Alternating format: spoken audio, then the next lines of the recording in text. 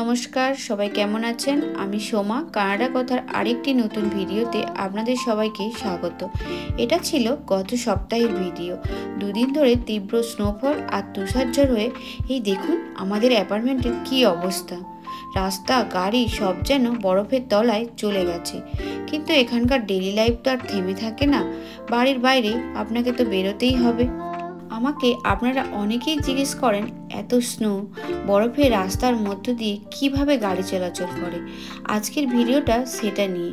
তবে ভিডিও শুরুর আগে আপনাদেরকে বলি যে যেহেতু আমাদের কোনো গাড়ি নেই, আর যা কিছু আপনাদেরকে বলবো সবই আমার হাজব্যান্ডের অফিস কলিগ মহিনিতার থেকে জানা। আজকের ভিডিওটা সম্পূর্ণই আমার হাজব্যান্ড তুলে এনেছে। আর জানেন আজকে টেম্পারেচার ছিল -20। মইনিসদা আরও মার্কেটে গিয়েছিল।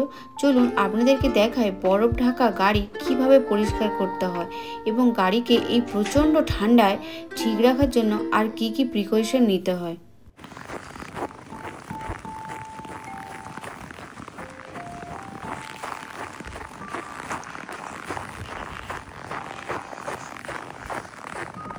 Good morning মইনিসদা।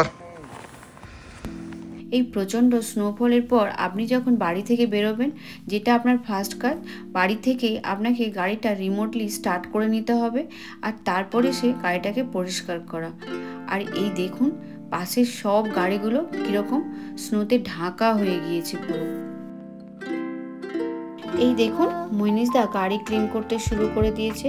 আর যেটা দিয়ে ক্লিন করছে এটা হলো স্নো ব্রাশ। এই স্নো ব্রাশের একদিকে যেটা মইনিসদা করছে ঝুরঝুরে স্নোগুলো পরিষ্কার করা হয়, আর অন্য দিকটাকে স্নো স্ক্র্যাপার বলে।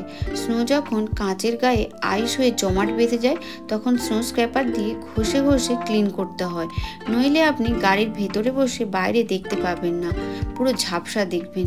স্বভাবতই আপনি আর কার ড্রাইভ করতে পারবেন না। আর জানেন এখানে কোনো গাড়িতে কভার দেওয়া থাকে না, তবে কিছু কিছু গাড়িতে স্নোফলের টাইমে উইন্ডশিল্ড মানে সামনের কাঁচটা একটু কভার করে দেয় যাতে আইস না জমে যায়, কারণ ঘষে ঘষে তুলতে এই ঠান্ডাতে খুবই কষ্ট করতে হয়। আর জানেন এখানে সব গাড়ি ওপেনলি থাকে, যাদের নিজস্ব হাউস আছে তাদেরই ইনসাইড গ্যারেজ থাকে, আবার অনেকের হাউস আছে কিন্তু তাদের গ্যারেজটা আউটসাইডেই থাকে। আর দেখুন গাড়ির শুধু চারদিকটা পরিষ্কার করলে হবে না, আপনাকে গাড়ির মাথাটাও পরিষ্কার করে নিতে হবে। কারণ জানেন এই গাড়ির মাথার যে স্নোগুলো আছে ওইগুলো তো হাওয়াতে উড়ে গিয়ে যদি আপনার পিছনের গাড়িতে পড়ে তখন তো অ্যাক্সিডেন্ট হওয়ার সম্ভাবনা, আর এতে কিন্তু আপনার মোটা টাকা জরিমানা হওয়ার সম্ভাবনা আছে। আর দেখুন যখন টেম্পারেচার -25, -30, -40 নিচে নামতে থাকবে তো আপনার তো গাড়ির ইঞ্জিনের অয়েলটা ফ্রোজেন হয়ে যাবে, তাতে আপনার গাড়ির ক্ষতি হবে।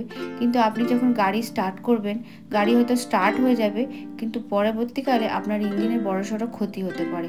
ইঞ্জিনকে গরম রাখার জন্য প্রত্যেকটি পার্কিংয়ের সামনে এই দেখুন পাওয়ার প্লাগ আছে। যখনই গাড়ি পার্কিং করা হয় আর টেম্পারেচার যদি -25-এর নিচে থাকে সারাক্ষণ পাওয়ারটা অন থাকে। এই দেখুন মইনিতার শোভেন নিয়ে পার্কিংয়ের সামনেটা একটু পরিষ্কার করে নিচ্ছে।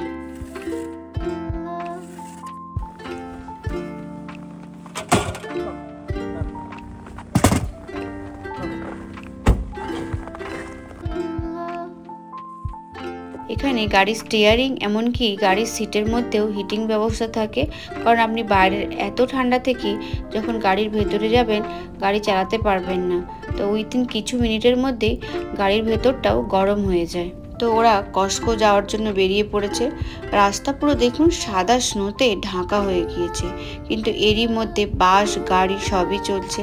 আর জানেন আপনি যদি একটু বেশি দূরত্বে ড্রাইভ করেন তাহলে কিন্তু আপনাকে কিছু প্রয়োজনীয় জিনিস নিয়ে রাখতেই হবে, যেমন জ্যাকেট, জলের বোতল, খাবার দাবার, কারণ এই তীব্র ঠান্ডায় আপনার গাড়ি খারাপ হতেই পারে। আর এখানে তো আপনি সঙ্গে সঙ্গে মেকানিক পাবেন না।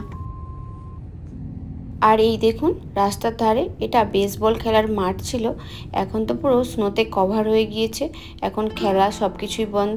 আর এই যে কস্কোতে চলে আসলো।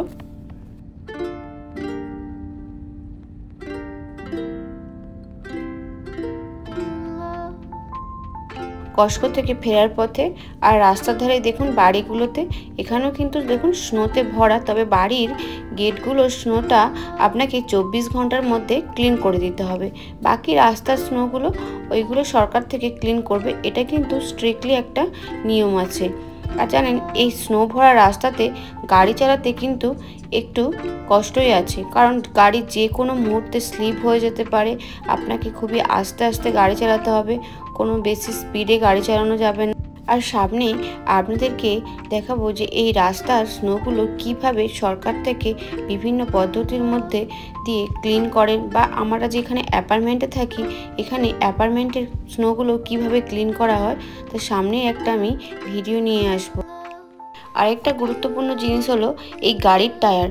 শীতের সময় আপনাকে গাড়ির টায়ারটা চেঞ্জ করতে হবে। অক্টোবরের শুরু থেকে এপ্রিল পর্যন্ত এই তীব্র উইন্টারে আমাদের সাসকাচুয়ান প্রভিন্সে উইন্টার টায়ারটা strictly recommended but not mandatory, কিন্তু কোনো কোনো প্রভিন্সে এটা ম্যান্ডেটারি রুল। আর এটা দেখুন দুপুরের সময় তোলা আমার ব্যালকনি থেকে, গাড়িগুলো পুরো স্নোতে কভার হয়ে গিয়েছে আর তখনও হালকা হালকা করে স্নোফল হয়েই চলছে। আর এই যে দেখুন আরেকটা, যে একটু পেটকে নিয়ে বাইরে বেরোবে বা নিজের কাজেও একটু বাইরে যাবে, আপনাকে সেই 10-15 মিনিট ধরে গাড়িটা পরিষ্কার করতে হবে। এই সেমভাবে প্রত্যেকে দেখি সবসময় সকাল বিকেল যখনই বেরোয় প্রত্যেকেই গাড়ি ক্লিন করে। আর আপনাদেরকে আগে বললাম না স্নো স্ক্র্যাপার, যে কাঁচ থেকে ঘষে ঘষে স্নো তুলতে হয়, দেখুন কেমনভাবে স্নোগুলো ঘষে ঘষে তুলছে।